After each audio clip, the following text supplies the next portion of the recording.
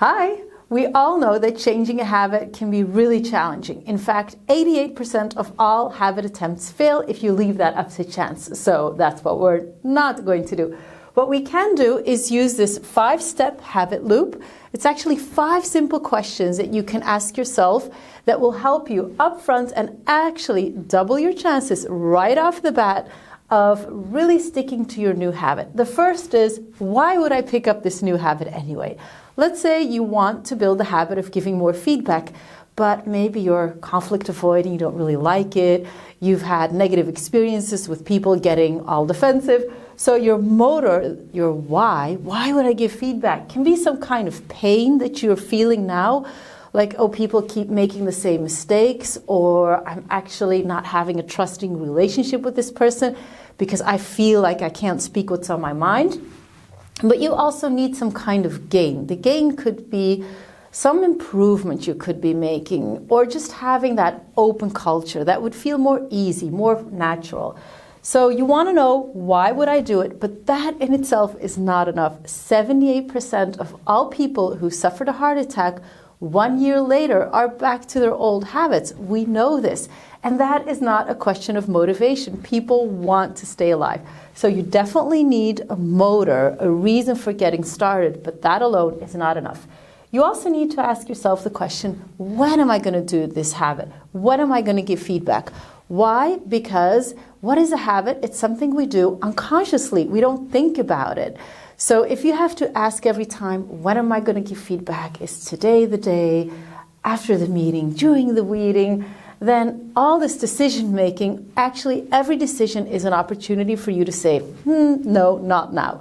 So when are you going to do it? What is your trigger? And what's really important with the trigger is that you find the exact moment. For example, at the end of every meeting, I'm going to ask people, did you like the meeting? What do you want to keep? And what do you want to improve the next time? That brings us to your routine. Your routine is asking yourself the question, how will I do it? Again, think about, it's a habit, it's something you need to do unconscious.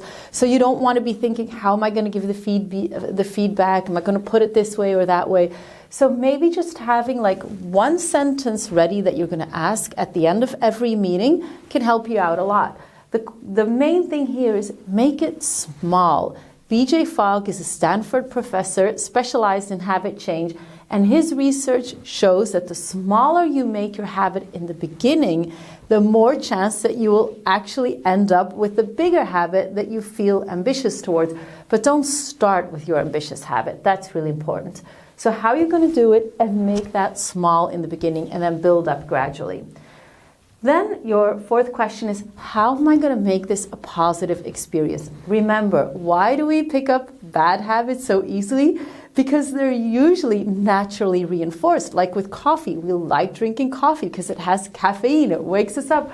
But also there's a social element to it. It's most of the time when you have a coffee, it's a break, or you go outside, or you have a cookie with it. So if you find a positive feeling attached to the experience itself, to the routine, chances you're going to stick with it are a lot higher. And then maybe the most under-acknowledged aspect of habit design is the environment. 90% of all the habits that we have are the result of our environment. If you work at a company where everyone is on time for meetings, chances are you're going to be on time too. But if you then move to a company where everyone's too late, chances are you're going to start slacking too. So the environment plays a big role, and we can take that into account by anticipating the hurdles we're going to come across. So ask yourself the question, if then. What if the person reacts defensive? What if I don't have time? What if I am too scared to give the feedback? Just by thinking of all the things that go wrong and have some backup scenarios in your mind, chances that in real life you're going to push forward are a lot bigger. So this is our habit loop. These 5 questions, every time you want to pick up a habit, just go through them. Why, when, how plus, if then. And you're set to go. Good luck.